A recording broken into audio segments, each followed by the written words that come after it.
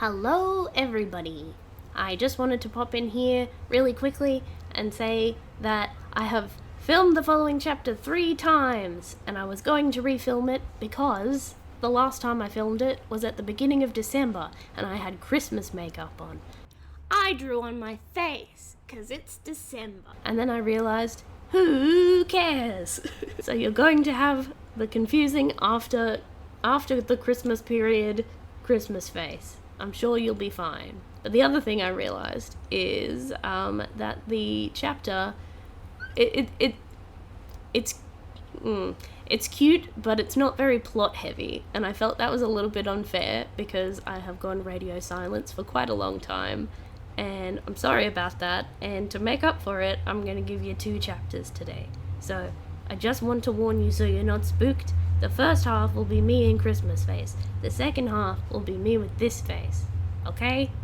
I know you're brave and clever enough to figure it out. Oh, also, for Christmas, I got a mechanical keyboard. There's lights. This one that just goes through all the colors, it's very nice. Also, let me know if you want me to do typing out Littleland ASMR. Oh, Dr. Gilbert raised an eyebrow just then. You can't see, but you heard it. Okay, let's have a story, okay? Okay, today we're reading Littleland, Part 2, Chapter 21. That evening, the others were boosted up their respective ladders and tucked into their bunks. "Are you sure you wouldn't like the top bunk, Vanessa?" asked Piper, leaning over to peer down at her bunkmate. "I'm sure," came the reply. Vanessa was tucked in tight and quite content. "Are you afraid of heights?" Piper persisted, seemingly oblivious to the dark blush currently spreading across Vanessa's cheeks. "No, it's not that," said Vanessa, brows knitting with frustration. "I don't want to talk about it, except to say I'm happy here on the bottom." "Hello, Pepper. You just had a drink. Your whole front is wet." "Gross." "I'm busy." Okay, off. Where are we up to? "I don't want to talk about it, except to say I'm happy here on the bottom." "But why?" Ethan frowned and nudged Piper away from the railing, interrupting her sentence and drawing a very strong pout. "Back in your box, Pip," he murmured, lifting the duvet to allow her to wriggle under. "What? I'm not doing anything," she said, reclining. "I just don't get why anyone would choose the bottom bunk." "Plenty of reasons, my girl. But your wee pal says she doesn't want to talk about it." Piper's gaze flicked over the rail for a moment, returning to Ethan's stern face with a marked air of guilt. "If you don't listen to your friends when they talk, you'll run fresh out of them, sweetheart," he said, his tone gentle. "Sorry, Vanessa," said Piper, her voice barely a whisper, her expression rigid with solemn resolve. "That's okay. I really am happy down here. I got blankies," said Vanessa, curling up under several fluffy down layers. Miss Mia leaned down to kiss her on the forehead before she affixed the rail and locked it into place. Since her last spanking, Vanessa had resolved to be on her very best behavior, so the idea of escape was beyond the realm of possibility. Even if she wanted to, escape was borderline impossible. The railings were tall and held shut with large bolts. She was tucked in for the duration, whether she liked it or not. Fortunately, with a fresh diaper and a belly full of hot chocolate, Vanessa felt ready to nod off. Miss Emily entered the room with Aiden bundled in her arms. Vanessa wondered if she looked like that post-spanking. So tiny, so sheepish and malleable, all wrapped up in blankets. Aiden barely stirred as he was placed in his bunk, not even as Miss Emily brushed some hair back from his forehead and kissed him good night. By the time she tiptoed out the door, Aiden James Phillips was snoring. "You're not to wake him, little girl," Ethan whispered in warning, drawing a soft huff from his charge. "I mean it. Lad needs to rest. You know what? Sometimes you are no fun. I'm comfortable with that if it stops you from being a pest, my girl. He planted a firm kiss on Piper's brow, and her frown dissolved into a soft grin. Get some sleep, darling. I'll see you tomorrow. Vanessa let her eyelids droop and buried her face into Chip's soft fur. She wondered what their last day on the mountain would bring. Visions of soft, powdery snow and warm, crackling fires appeared in her head as she drifted off to sleep. A walk? Asked Vanessa, hesitating slightly. That's what we're doing today? She had tried to hide her disappointment, but her caregiver's expression let Vanessa know that she had failed. A beautiful walk in the forest, sweetheart. Okay, Vanessa mumbled, climbing out of the bottom bunk at a snail's pace. What's wrong? Asked Piper from her high vantage point in bed. Nothing, Vanessa said, with a slight edge to her tone that raised Piper's eyebrows. Just don't like walking. What's wrong with walking? Asked Piper, lifting her arms to meet Ethan's. Sweaty, was Vanessa's curt reasoning. It's snowing, Piper pointed out. Oh, you can still sweat in snow, trust me, said Aiden, seeming more energetic after the events of last night. See? Sweat! Vanessa's features crumpled as she pictured herself, damp and chafed and lagging behind the group, too exhausted to enjoy the scenery, embarrassed to be so slow. My goodness, said Miss Mia. Someone is grumbly this morning. You're grumbly. The retort was not particularly clever, but it felt good to vent her frustrations in this simple way. Vanessa wasn't sure how long Miss Mia was apt to put up with her attitude, but on that morning, uncharacteristically, she felt willing to test the limits of her caregiver's patience. Why? Vanessa was unsure. Perhaps it had something to do with the wet and somewhat sticky overnight diaper that clung to her backside. So much for best behavior.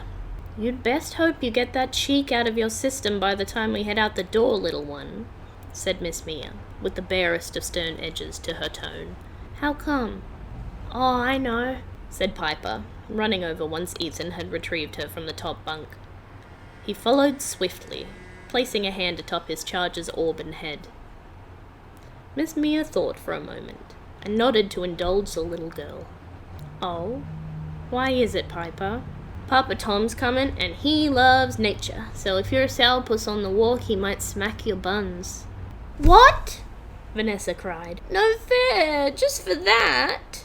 No, darling, said Miss Mia, gently. But if you're sassy, or if you snap at him, he would. And it's the worst, cautioned Piper. Name one spanking that isn't, Vanessa mumbled, folding herself against her caregiver as she was hoisted up to rest on Miss Mia's hip. Piper simply grinned, and Vanessa's scowl deepened, angry red blush searing across her cheeks. Come on, little one. Let's go get you changed. Miss Mia sighed. That might make you feel better. Honestly, it helped. Once Vanessa was out of her pajamas, put in a fresh, clean nappy and deposited into the high chair, her mood did seem to lighten. She swung her legs as she demolished her breakfast. So, what's wrong with walking? Asked Piper. Genuinely, not trying to be rude, she said, having drawn the attention of all nearby caregivers, the closest of which was Miss Mia, who regarded the freckled girl with calm, measured interest. Vanessa paused and lowered her spoon. I don't like it, she said, with care to watch her tone, given who they were set to hike with. That's not a whole answer, though, said Piper, chewing. Why don't you like it? I'm too slow. We're all waddling. None of us can go very fast right now. Vanessa giggled in spite of the anxious anticipation in her belly. We're not gonna leave you behind. Plus, I bet someone would carry you if you asked, said Piper, in an earnest tone that seemed, to Vanessa, devoid of any sarcasm. Promise? I promise. Well, I promise I wouldn't leave you behind, but I can't speak to whether someone will carry you for definite. Miss Mia, Would you carry her? I'd like you to try walking for at least a little bit, sweetheart, said Mia, brushing back a stray lock of hair from Vanessa's forehead. But if you try your best for a while, then I'll carry you. I'm sure others would too if you asked them. Oh, I'd carry you, but we might wander off if I see a cool log or something, said Mickey, easing himself into the nearby vacant chair. Maybe you should think about these before you do that, said Aiden, fidgeting inside his blue harness. You've taken the words right out of my mouth, little one, said Dr. Gilbert. Stay with the group, please, Michael. Yeah, of course I will. But, how close do I have to stay exactly? 'Cause, the aforementioned cool logs. Within eyesight seems fair. Can I go within eyesight too? Asked Danny, finishing the last of his breakfast. He hadn't come up for air since his plate hit the table. You may stay within arm's reach of any big person, little man. But what if I see a cool log? He asked, with a little whine that caused Dr. Gilbert's brow to rise. Well then, I'm sure Michael would love to know, and you can investigate said log together. Danny brightened, casting Mickey a shy smile. Nice. Log Patrol, said Mickey, with an appreciative nod. No, wait, that's a bad name. Okay, this is Littleland, Part 2, Chapter 22. Bye, Peppa. By the time breakfast was complete, Vanessa's swirling anxiety was muted. The winter air had helped. Once they'd rugged up to brave the cold, the little ones made their way across the frozen lawn, shadowed closely by their caregivers. Piper strained at the end of her lead, while Aiden stayed close to Miss Emily, his hand clutched in hers. Vanessa noted that her freckled companion seemed brighter than when she saw him last. He chatted animatedly to her, pointing out things that drew his eye. So far, he'd seen a roly-poly bug, a yellow mushroom, and a, quote, cool bird. Miss Mia's gloved hand brushed Vanessa's hair, and the little girl looked upward to her smiling caretaker. How are we feeling, sweetheart? She asked. Okay, said Vanessa, with just a hint of uncertainty. It's going to be okay, honey. Miss Mia took Vanessa's hand and squeezed.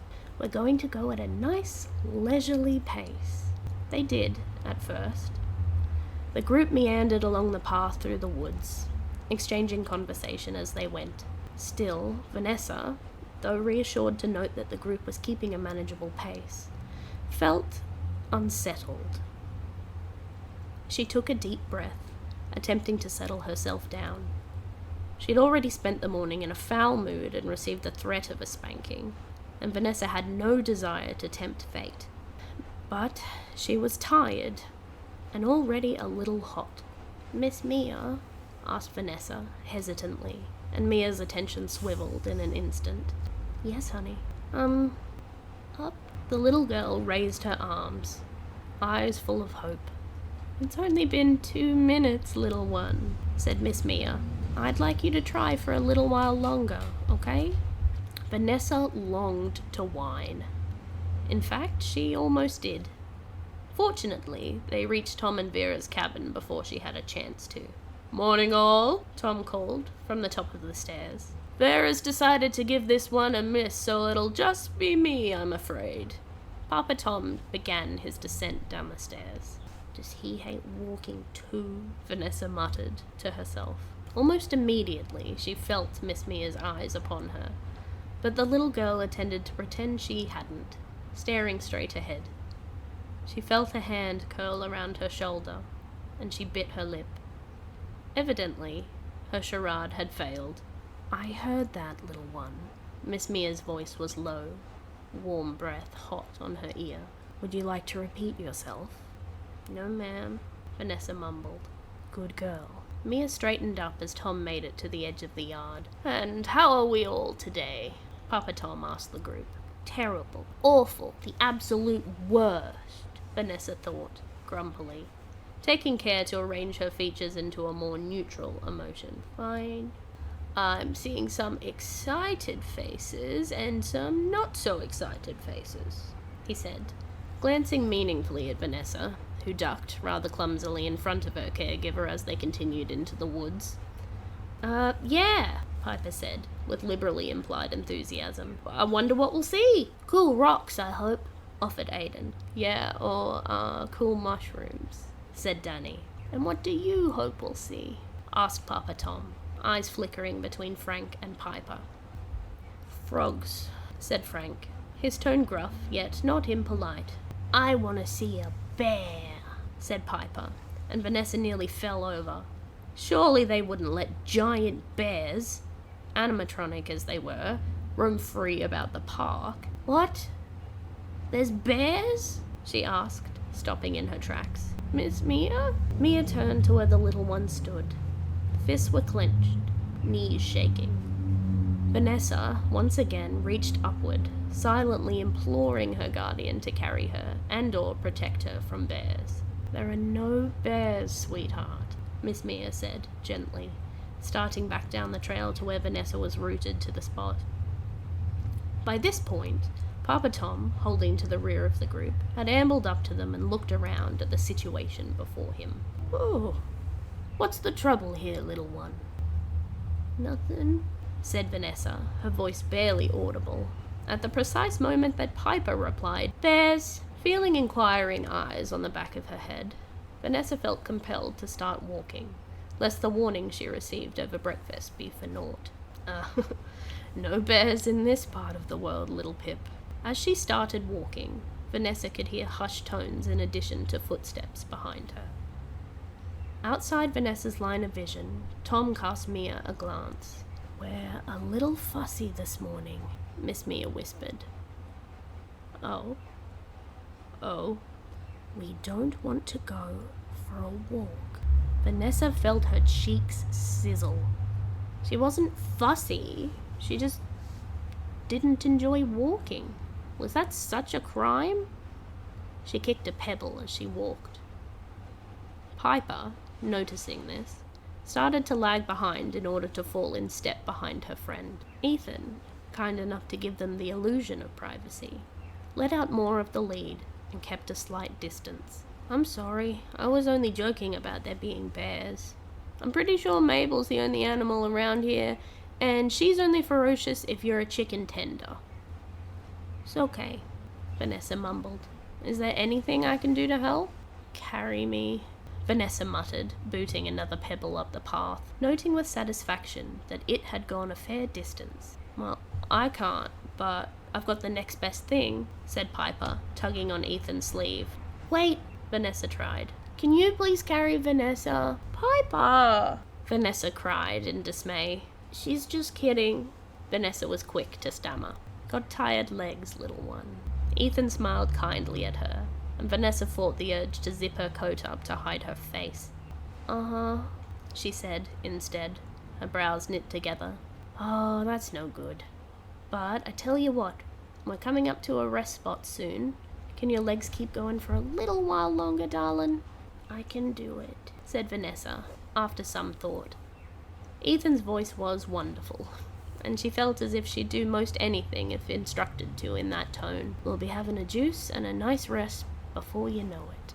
Vanessa felt as if soon had been generous.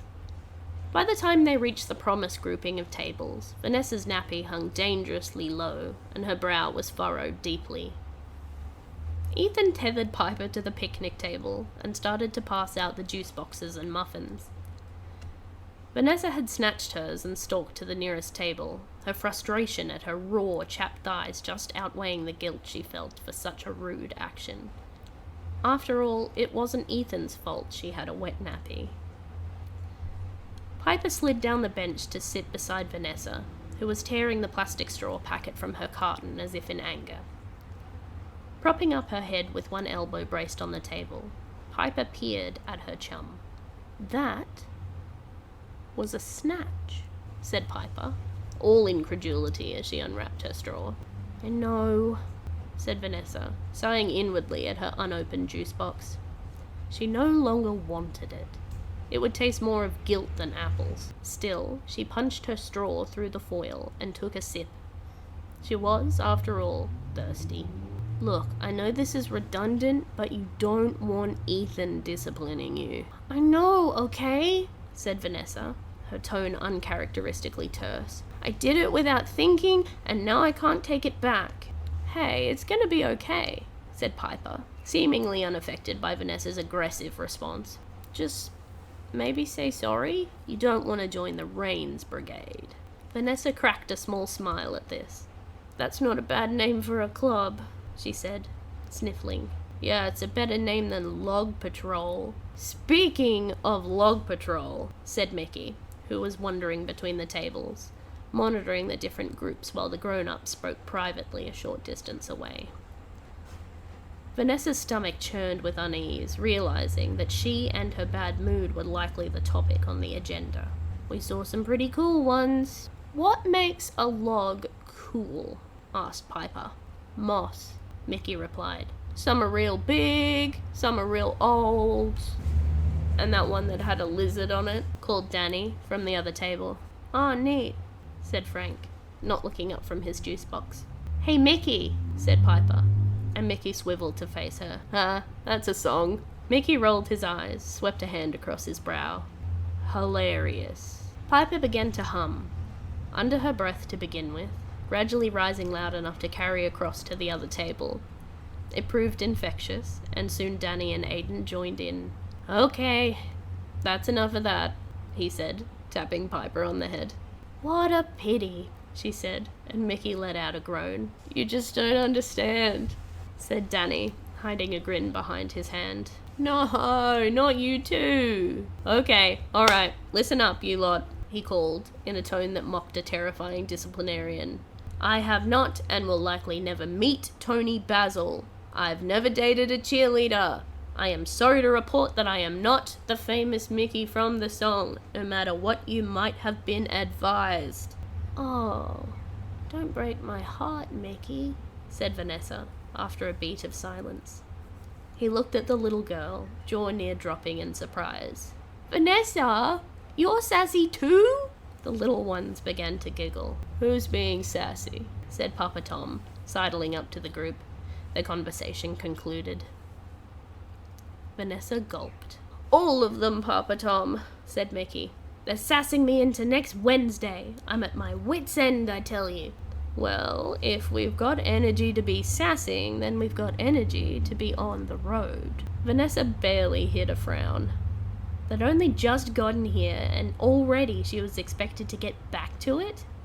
She rose from the table with a grumble, reasoning that sass energy was completely different to walking energy. For example, sass could be performed while sitting down. After a check, that is, said Miss Mia, rejoining the group. How are we going over here? She asked, giving Vanessa's backside an inquiring pat. Little lady, do you remember what I asked you to do? Vanessa jumped in place slightly, realizing that she had forgotten. She looked up sheepishly as Mia continued. When we had a little chat on the way up here? I'm supposed to tell you when I've gone in my nappy, and this bottom feels like you've gone a few times, little one. Would that be fair to say? Yes, ma'am, Vanessa whispered.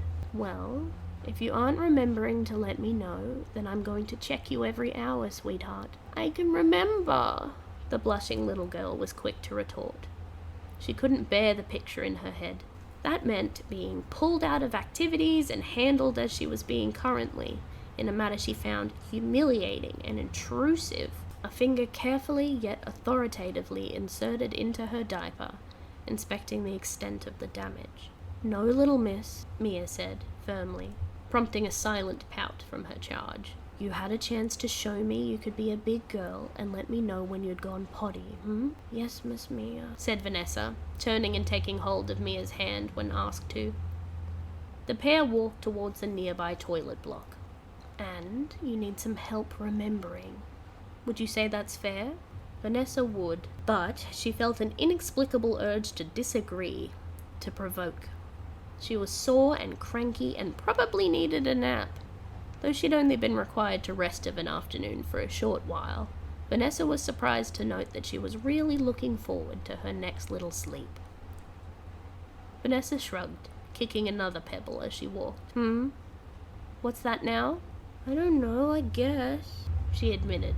So, I'll be checking your nappy for the next little while until you learn to let me know when you've got a wet bottom or a messy one. I'll remember, the little girl cried. You really don't gotta do that. I'm sorry, sweetheart. This is final.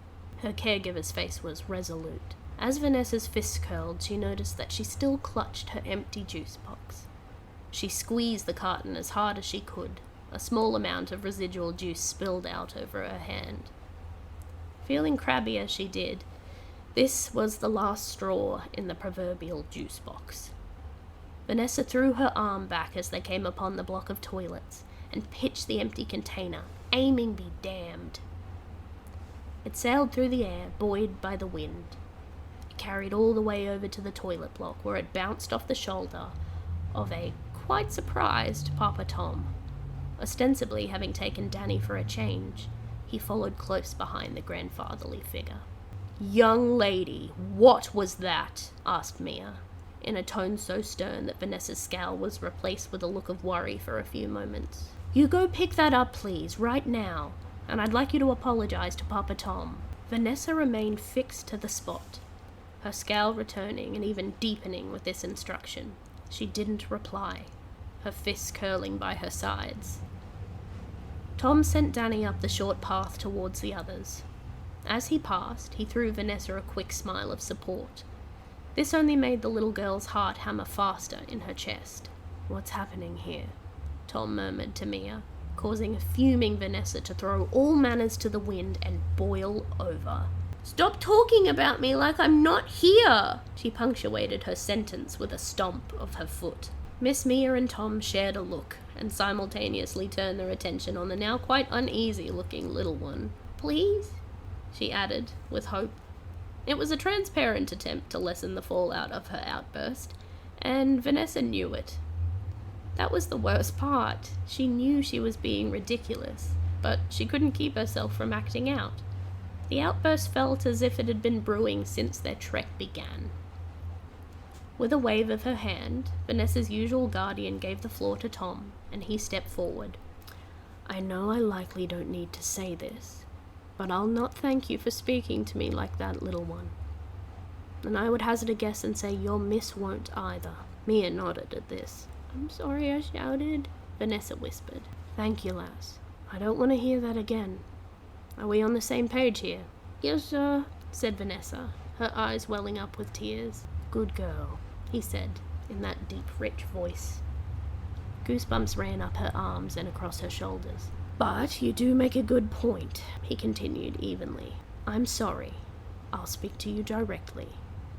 What is happening here?"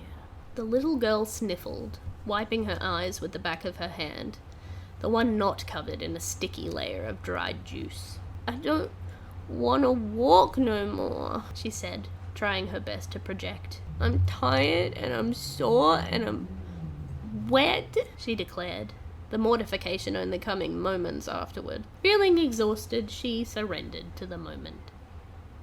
Knowing that further humbling was likely to come anyhow, she allowed herself a small amount of pride in her ability to embrace it.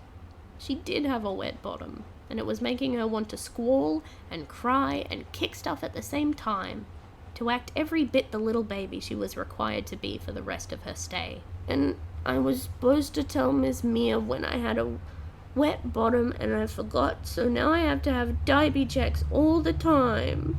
Vanessa took a breath, looking between the two caretakers who regarded her with what looked like sympathy. "And I was just so mad, so I squeezed my juice box and it went all over my hand, so I threw it and then it hit you," she said, in a tremendous rush. "I'm so sorry. Please don't." Vanessa's bottom lip shook. She was going to say, "Spank me," but the words didn't come. "Please don't what, sweetheart?" Tom asked, groaning with exertion as he knelt before Vanessa. "Please don't be mad at me." "Mad? Certainly not," said Papa Tom, full of faux scandal. "I'm too old to be angry, little miss," he said, laying a gloved hand on the girl's shoulder. Vanessa wanted to fold herself against him, but she resisted the urge. Stern, however, I am the perfect age for. Reproachful, perhaps even more so. Especially when little ones are littering. I'll go pick it up, said Vanessa, going to retrieve the rubbish immediately. She was gently stopped by Papa Tom, who took hold of her hands. Not just yet, please. Here's what will happen. Are you ready? Vanessa nodded, sniffling again. Uh-huh. First, you'll go with your miss to get this wet nappy off. Tom gave her rear a soft pat, the heavy plastic squishing against his hand. Swallowing her humiliation, Vanessa breathed a sigh of relief. At last. And then, you and I will have a short conversation. Conversation. Vanessa had been here long enough to know what that meant. No, she said, plaintively, her eyes growing large. The little girl clapped her hands across her own backside, knowing that the gesture and protest served no purpose. I'm afraid so, he said, shaking his head with sympathy. Little ones shouldn't be throwing rubbish. It's important you learn this lesson, little miss. Ah! Ha ha ha ha! I don't know why I'm just laughing evilly. Might it be because I've just thrown my characters into a dicey situation? Oh no, what will happen? Ah! There's something like 40 episodes of Littleland. I think we know what is going to happen. Shouldn't have littered. Littering's very, very naughty. Anyhoozles, I hope you guys like these chapters of Littleland, and I hope you like what's to come. And I hope you all have a very lovely and restful beginning to your January. I think we could all use it. Okay, bye everybody.